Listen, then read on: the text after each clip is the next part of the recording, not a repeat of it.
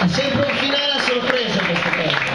C'è quel secondo ma è finito. E invece è finito davvero. Il prossimo pezzo è... no, questo è carico, ballabile, non lo so, però questo è molesto. Si chiama Cometa d'acciaio, un po' paragona l'uomo del Novecento con tutte le sue cose frenetiche a una cometa d'acciaio, all'evoluzione delle macchine, nella perdita del proprio tempo. Quindi per cui se Manu volesse dare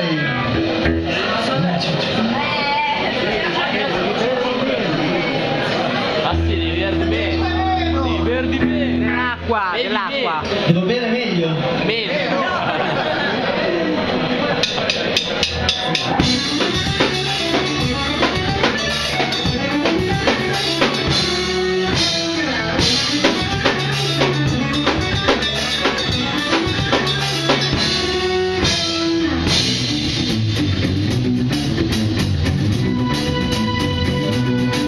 Tu accendi il tuo motore, gira giostre raggi di biciclette, cingoli e turbine.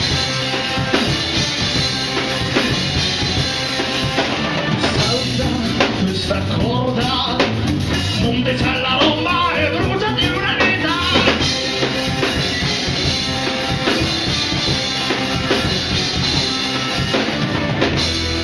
Guarda il volo del quadro dagli alberi. Spiega l'ali a un aeroplano.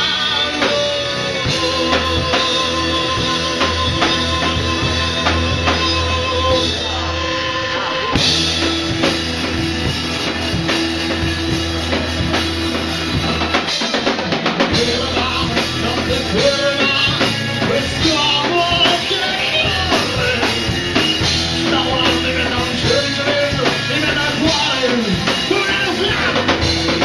Suona, il tuo cuore suona, no cuore fuori, tu di nuovo non puoi più volare. E l'acqua come d'acciaio, lo sguardo è fuori. Usami. Silenzio!